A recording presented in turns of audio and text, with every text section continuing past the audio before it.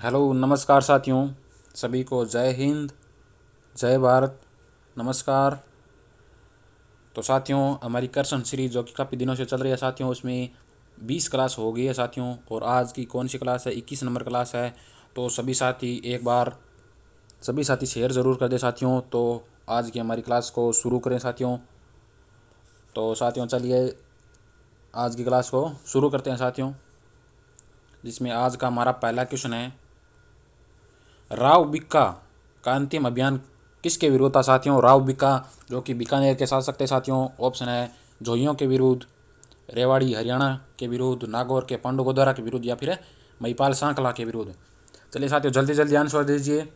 राव बिक्का का अंतिम अभियान किसके विरुद्ध था? राव बिक्का जो कि जोधा के पांचवें पुत्र थे साथियों।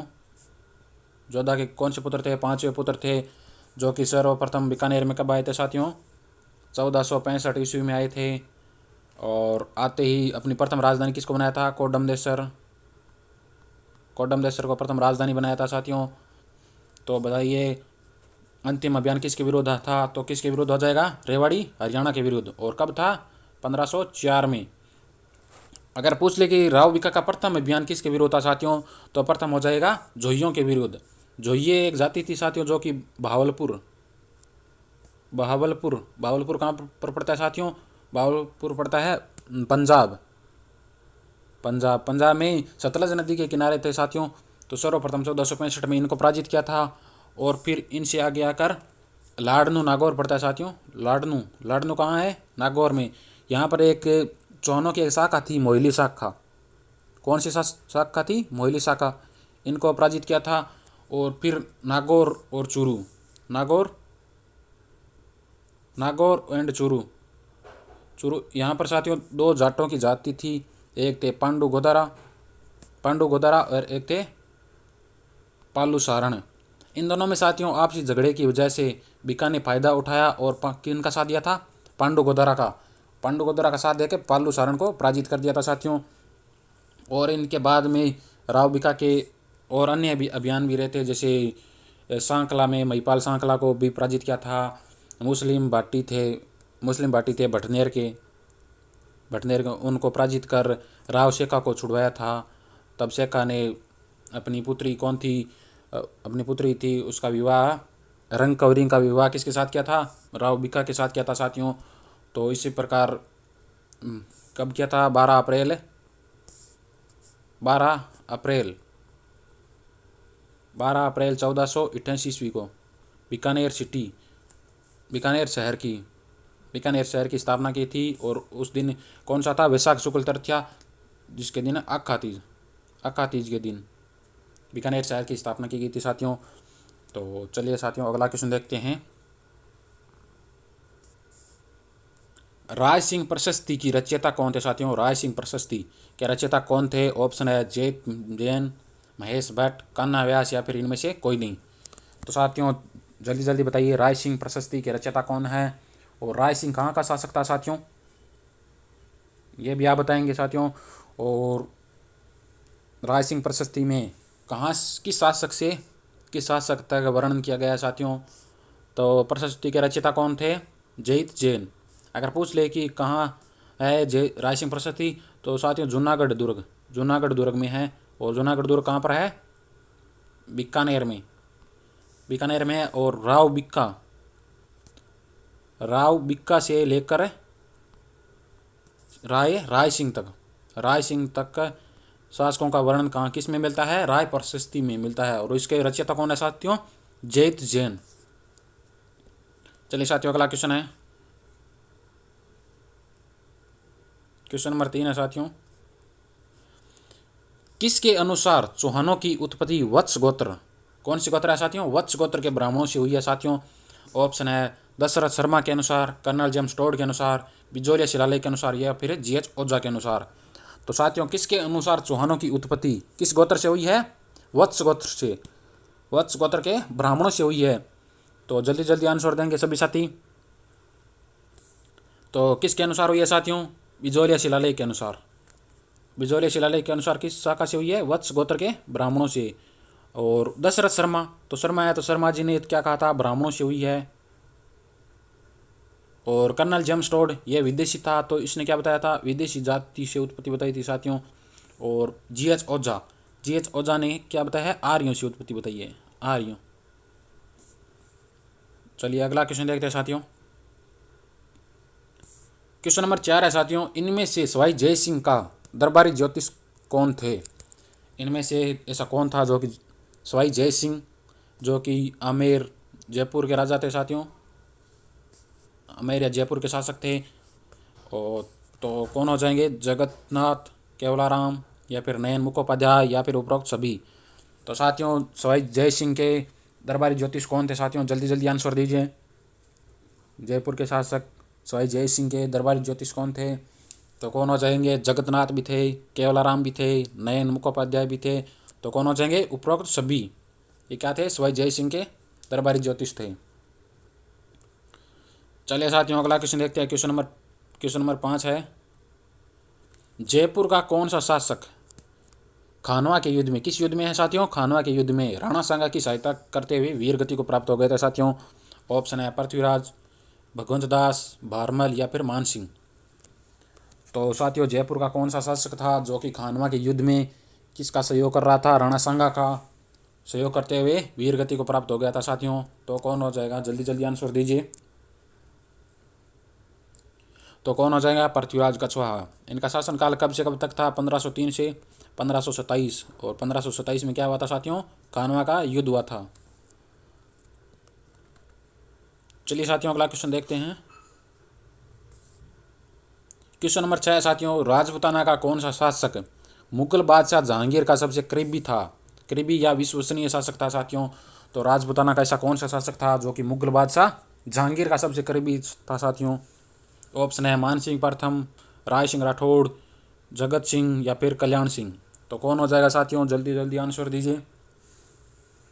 तो राजपूताना का कौन सा शासक हो जाएगा, राय सिंह राठौड़, जो कि कहाँ का शासक था, बीकानेर का, बीकानेर का। इसने साथियों दो मुगल बादशाहों का शासनकाल देखा था, एक था अकबर और एक था जहांगीर। जहांगीर, इन दोनों का शासनकाल देखा था साथियों। अकबर ने राय सिंह को 4000 मनसब दे रखी थी, 4000, और जहांगीर ने कितनी दी थी, 5000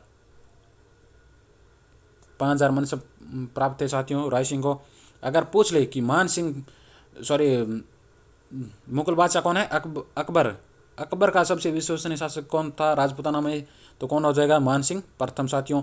और यह जो कि आमेर का शासक था साथियों, आमेर या जयपुर कछवा राजवंश से संबंधित था साथियों, जो कि मुगल बादशाह अकबर का सबसे विश्वसनीय शासक था राजपूतानों में। चलिए साथियों अगला क्वेश्चन देखिए, मेवाड़ के किस शासक ने सर्वप्रथम अहाड़ को अपनी राजधानी बनाया था साथियों? तो मेवाड़ का कौन सा शासक था जिसने सर्वप्रथम अहाड़ को अपनी राजधानी बनाया था? ऑप्शन है बप्पा रावल ने, अल्हट ने या फिर जयत्र सिंह ने या फिर महाराणा प्रताप ने। तो चलिए साथियों जल्दी जल्दी आंसर दीजिए, किस शासक ने अहाड़ को अपनी राजधानी बनाया था? तो किसने बनाया था साथियों, किसने बनाया था? अल्हट ने। अल्हट के समय पहली राजधानी कौन थी, नागदा। नागदा से कहाँ ले गया था, अहाड़। और नागदा को राजधानी किसने बनाया था साथियों? तो नागदा को बनाया था बप्पा रावल ने। और जयत्र सिंह ने कौन सी राजधानी बनाया था, चित्तौड़ को अपनी राजधानी बनाया था साथियों। और महाराणा प्रताप ने किसको बनाया था साथियों, चावंड को अपनी राजधानी बनाया था। और एक राजधानी और थी साथियों। चलिए अगला क्वेश्चन देखते हैं साथियों,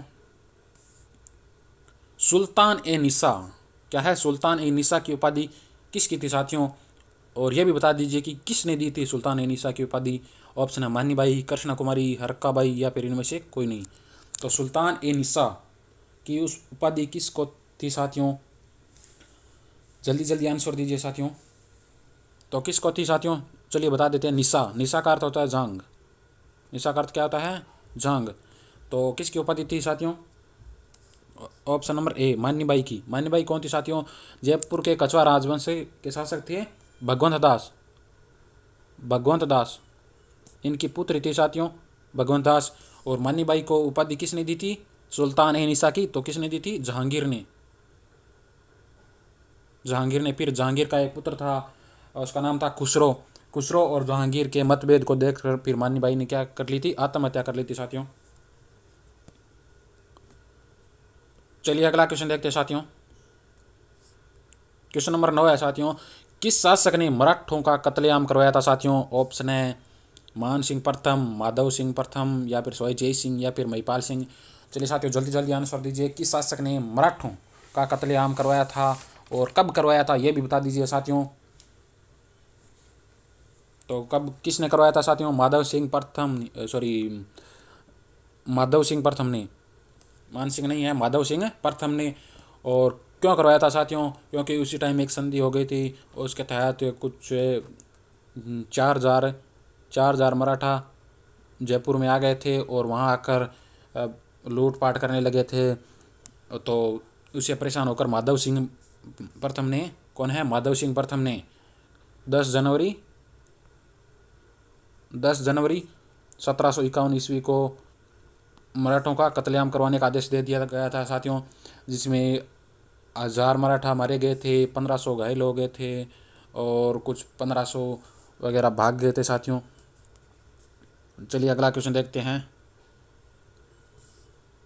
मोती डूंगरी महलों का निर्माण किसने करवाया था साथियों? मोती डूंगरी महल कहाँ पर है ये आप बताएंगे।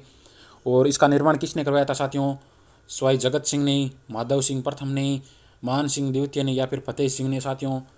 तो मोती डूंगरी महलों का निर्माण किसने करवाया था साथियों? तो किसने करवाया था? सवाई माधव सिंह प्रथम ने। और पूछ ले कि इसका पुनर्निर्माण किसने करवाया था? तो साथियों मान सिंह द्वितीय की एक पत्नी थी साथियों, उसका नाम था गायत्री देवी। क्या था नाम था? गायत्री देवी ने इनका पुनर्निर्माण करवाया था साथियों। और पुनर्निर्माण करवा के इसका नाम चेंज कर दिया गया साथियों। मोती डूंगरी महलों का नाम क्या रखा गया था साथियों? तो क्या हो जाएगा मोती डूंगरी महलों का निर्माण का? तख्त ए। क्या है? तख्त ए शाही महल। तख्त ए शाही महल किन महलों का नाम है निर्माण, सॉरी चेंज कर दिया गया था साथियों? मोती डूंगरी महलों का ये कहाँ पर है? जयपुर में। और इसका निर्माण किसने कराया था? स्वयं माधव सिंह प्रथम ने। चलिए साथियों अगला क्वेश्चन देखते हैं। क्वेश्चन नंबर 11, कामड़िया संप्रदाय कौन सा संप्रदाय है साथियों? कामड़िया संप्रदाय की महिलाओं द्वारा कौन सा नृत्य किया जाता है साथियों?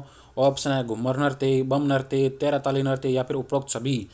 तो साथियों बताइए कि कामड़िया संप्रदाय की महिलाएं होती है उनके द्वारा कौन सा नृत्य किया जाता है और कामड़िया संप्रदाय की स्थापना किसने की थी साथियों? ये आप कमेंट बॉक्स में बताएंगे। तो कौन सा नृत्य किया जाता है साथियों? तेरह ताली नृत्य। और तेरह ताली नृत्य कब किया जाता है साथियों?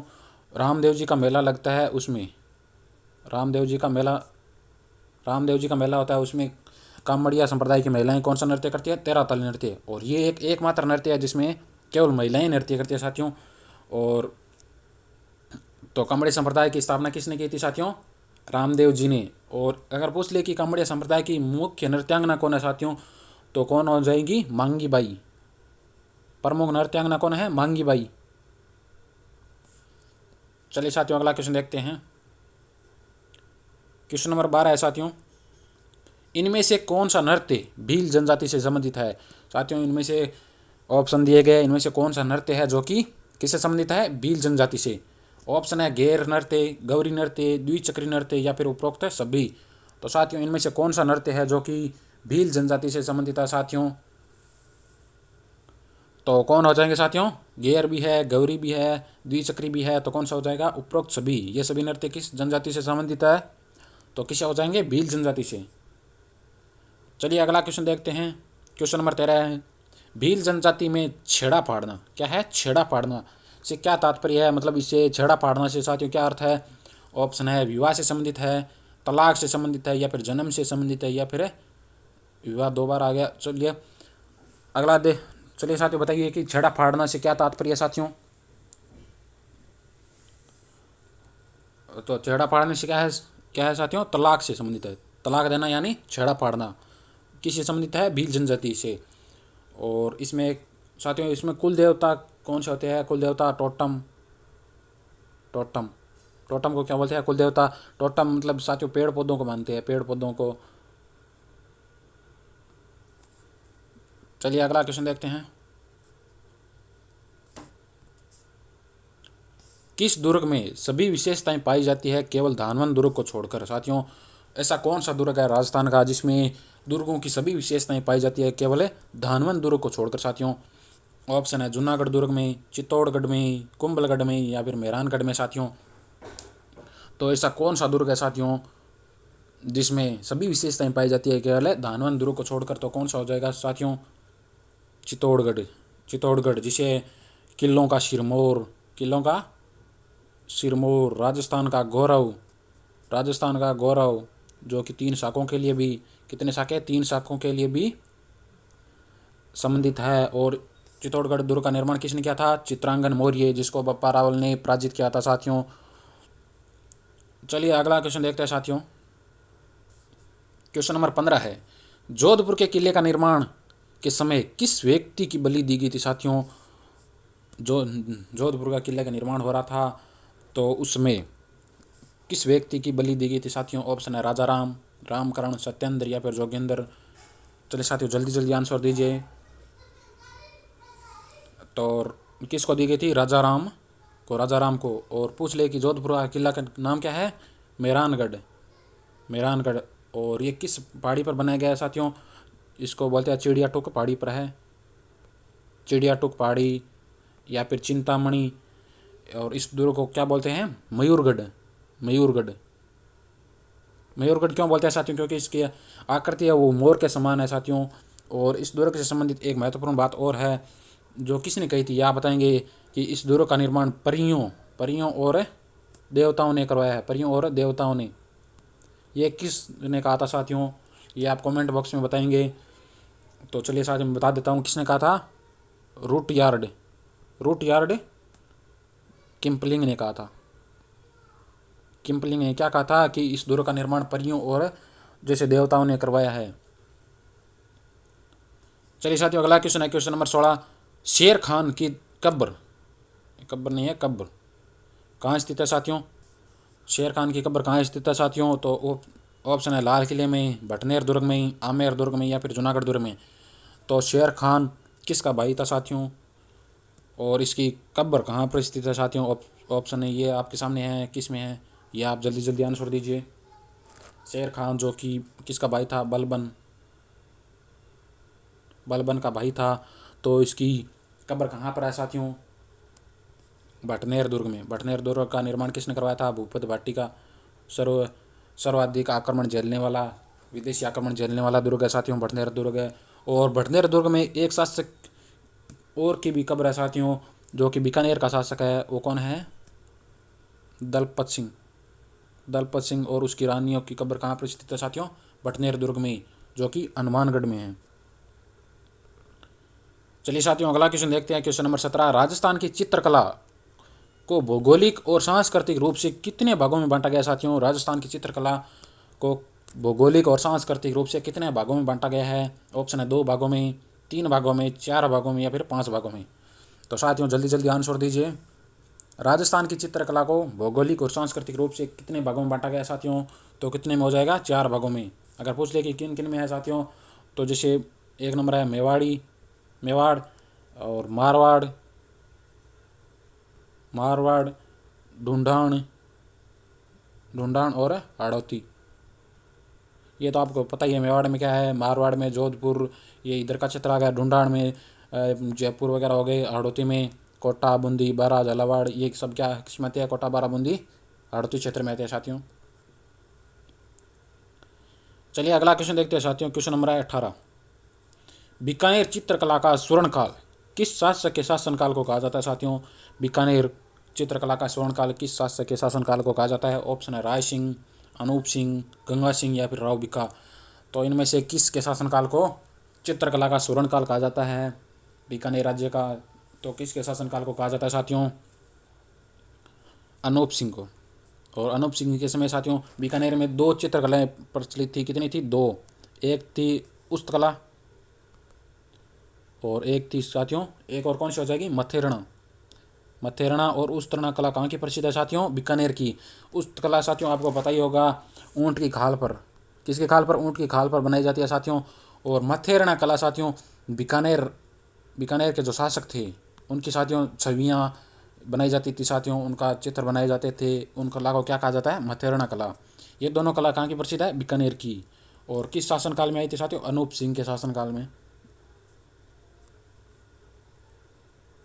चलिए साथियों, अगला क्वेश्चन है क्वेश्चन नंबर 19। सर्वप्रथम किसने क्रांतिकारियों तथा देशभक्त नेताओं के चित्र बनाए थे साथियों? ऑप्शन है भूर सिंह शेखावत ने, रामावतार ने, अजीत सिंह शेखावत ने या फिर रामरत ने। तो साथियों, सर्वप्रथम किसने क्रांतिकारियों तथा देशभक्त नेताओं के चित्र बनाए थे? जल्दी जल्दी आंसर दीजिए साथियों। तो कौन आ जाएंगे? भूर सिंह शेखावत। चलिए अगला क्वेश्चन देखिए। अजितोदय ग्रंथ की रचना किसने की थी साथियों? ऑप्शन है जगजीवन भट्ट ने, रामकृष्ण भट्ट ने, स्वरूप सिंह ने या फिर इनमें से कोई नहीं। तो साथियों, अजितोदय ग्रंथ की रचना किसने की थी? जल्दी जल्दी आंसर दीजिए। तो किसने की थी? जगजीवन भट्ट ने। और इसमें किसका वर्णन है साथियों? तो जोधपुर के शासक थे। कौन थे? अजीत सिंह। जोधपुर के शासक थे अजीत सिंह। इनका वर्णन किस में मिलता है? अजितोदय ग्रंथ में। और किसने रचना की थी? जगजीवन भट्ट ने। चलिए साथियों, अगला क्वेश्चन देखिए। गोडवाड़ी बोली कहाँ बोली जाती है साथियों? गोडवाड़ी बोली कहाँ बोली जाती है साथियों? और ये भी बता दीजिए गोडवाड़ी बोली किसकी उपबोली है साथियों? गोडवाड़ी बोली एक उपबोली है साथियों। और कहाँ पर बोली जाती है? ऑप्शन है पाली नागौर, उदयपुर या फिर सॉरी, ये पानी नहीं है, ये पाली और नागौर दोनों में। चलिए साथियों, जल्दी जल्दी आंसर दीजिए। गोडवाड़ी बोली कहाँ बोली जाती है साथियों? तो कहाँ बोली जाती है साथियों? पाली और नागौर दोनों में। और किसकी उपबोली है साथियों? तो ये मारवाड़ी जोधपुर वाली, इसकी कौन सी बोली है? गोडवाड़ी बोली है, जो कि मारवाड़ी की उपबोली है साथियों, जो कि पाली और नागौर क्षेत्रों में बोली जाती है सर्वाधिक। चलिए अगला क्वेश्चन है साथियों। ऋषभ जयंती कब मनाई जाती है साथियों? ऋषभ जयंती। तो साथियों, ऋषभ जयंती कब मनाई जाती है? ऑप्शन है चैत्र शुक्ल नवमी, चैत्र कृष्ण नवमी या फिर चैत्र शुक्ल त्रयोदशी या फिर चैत्र कृष्ण त्रयोदशी। चलिए साथियों, जल्दी जल्दी बताइए। ऋषभ जयंती जो कि जैनियों से संबंधित है साथियों, ये कब मनाई जाती है साथियों? ऑप्शन आपके सामने है साथियों, जल्दी जल्दी आंसर दीजिए। तो कब मनाई जाती है साथियों? चैत्र कृष्ण नवमी को। और ऋषभ जी का मेला लगता है साथियों, कहाँ पर लगता है? कहाँ पर लगेगा? दुलेव चैत्र कृष्ण नवमी को मेला लगता है। और ये दुलेव कहाँ पर है साथियों? उदयपुर में। और एक है चैत्र कृष्ण त्रयोदशी। तो चैत्र कृष्ण त्रयोदशी को कौन सी जयंती होती है साथियों? तो कौन सी हो जाएगी? महावीर जयंती। महावीर जयंती कब होती है साथियों? चैत्र कृष्ण त्रयोदशी। और चैत्र कृष्ण नवमी को कौन सा जयंती होती है? ऋषभ जयंती। और इस दिन दुलेव उदयपुर में मेला पड़ता है साथियों। चलिए साथियों, अगला क्वेश्चन है 24 वाणियाँ कौन सी पुस्तक है? 24 वाणियाँ पुस्तक के रचयिता कौन है साथियों? ऑप्शन है दुर्गादास, कलाजी राठौड़, रामदेव जी या फिर गोगा जी। चलिए साथियों, जल्दी जल्दी आंसर दीजिए। 24 वाणियाँ पुस्तक के रचयिता कौन है साथियों? तो कौन हो जाएंगे? Ramdev ji. Option number C right answer हो जाएंगे। रामदेव जी। इनका जन्म उड्डू कश्मीर है, जो कि बाड़मेर में है, वहाँ पर हुआ था। और इनके पिता का नाम क्या था साथियों? अजमाल दे, माता मेणा दे और पत्नी नेतल दे या फिर नेतल देवी। गुरु कौन थे साथियों? रामदेव जी के गुरु थे बालीनाथ, जिनको पीरों का पीर कहा जाता है। श्री कृष्ण या फिर विष्णु के अवतार माने जाते हैं साथियों। इनके घोड़े को क्या कहते हैं? लीलो। और झंडा को क्या कहते हैं साथियों? रामदेव जी के झंडा को कहते हैं नेजा। और पूछ ले कि इनकी समाधि कब थी? तो भाद्रपद कृष्ण एकादशी को। और इनकी बहन थी जिसने धर्म बहन थी डालीबाई, जिसने भाद्रपद कृष्ण दशमी को समाधि ली थी। तो अगले दिन भाद्रपद कृष्ण एकादशी को किसने ली थी? रामदेव जी ने।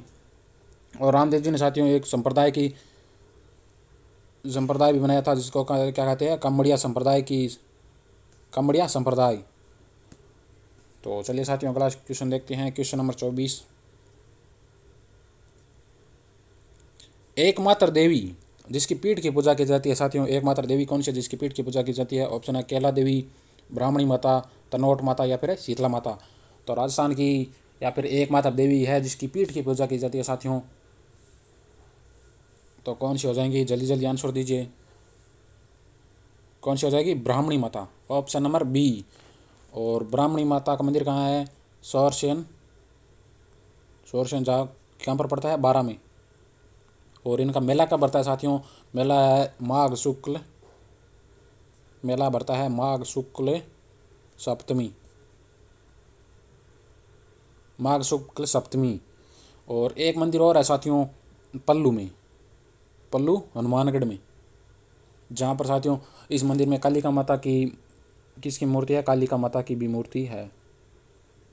तो राजस्थान की एकमात्र कौन सी देवी है जिसकी पेट की पूजा की जाती है साथियों, तो आंसर क्या हो जाएगा, ब्राह्मणी माता। चलिए साथियों अगला क्वेश्चन देखते हैं। क्वेश्चन नंबर 25 है साथियों, अग्नि नृत्य किस लोक देवता के अनुयायियों द्वारा किया जाता है साथियों। ऑप्शन है जाम्बो जी, जसनाथ जी, पाबू जी या फिर रामदेव जी।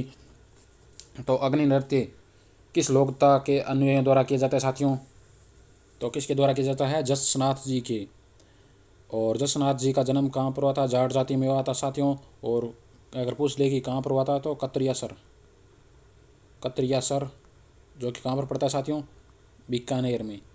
इनके अनुयायी साथियों अपने गले में काले धागे का, काला धागा रखते हैं साथियों। और अगर पूछ ले कि किसने कतरियासर गांव जसनाथ जी को दिया था साथियों, तो किसने दिया था, सिकंदर, सिकंदर लोधी ने जसनाथ जी को दान में दिया था। और ये अपने अनुयायियों को कितने उपदेश दिए थे साथियों, 36। और जाम्बो जी ने कितने उपदेश दिए थे साथियों अपने अनुयायियों को, ये आप कमेंट बॉक्स में बताएंगे। और इनके साथ साथ अब जसनाथ जी के साथ साथ इनकी पत्नी थी, उनकी भी पूजा की जाती है साथियों। चलिए आगे देखते हैं साथियों। तो साथियों आज की क्लास में इतने ही थे। यदि आपको क्लास पसंद आ रही है साथियों, तो कमेंट बॉक्स में ज़रूर बताएं कि क्लास पसंद आ रही है। और इसकी क्लास की PDF के लिए आप हमारे चैनल RPRAC को ज्वाइन कर सकते हैं साथियों। इसकी लिंक डिस्क्रिप्शन में दी गई है। और हमारे इंस्टाग्राम पेज भी है साथियों, उसको भी आप ज्वाइन कर लें। और तो आज की क्लास में सभी को जय हिंद, जय भारत।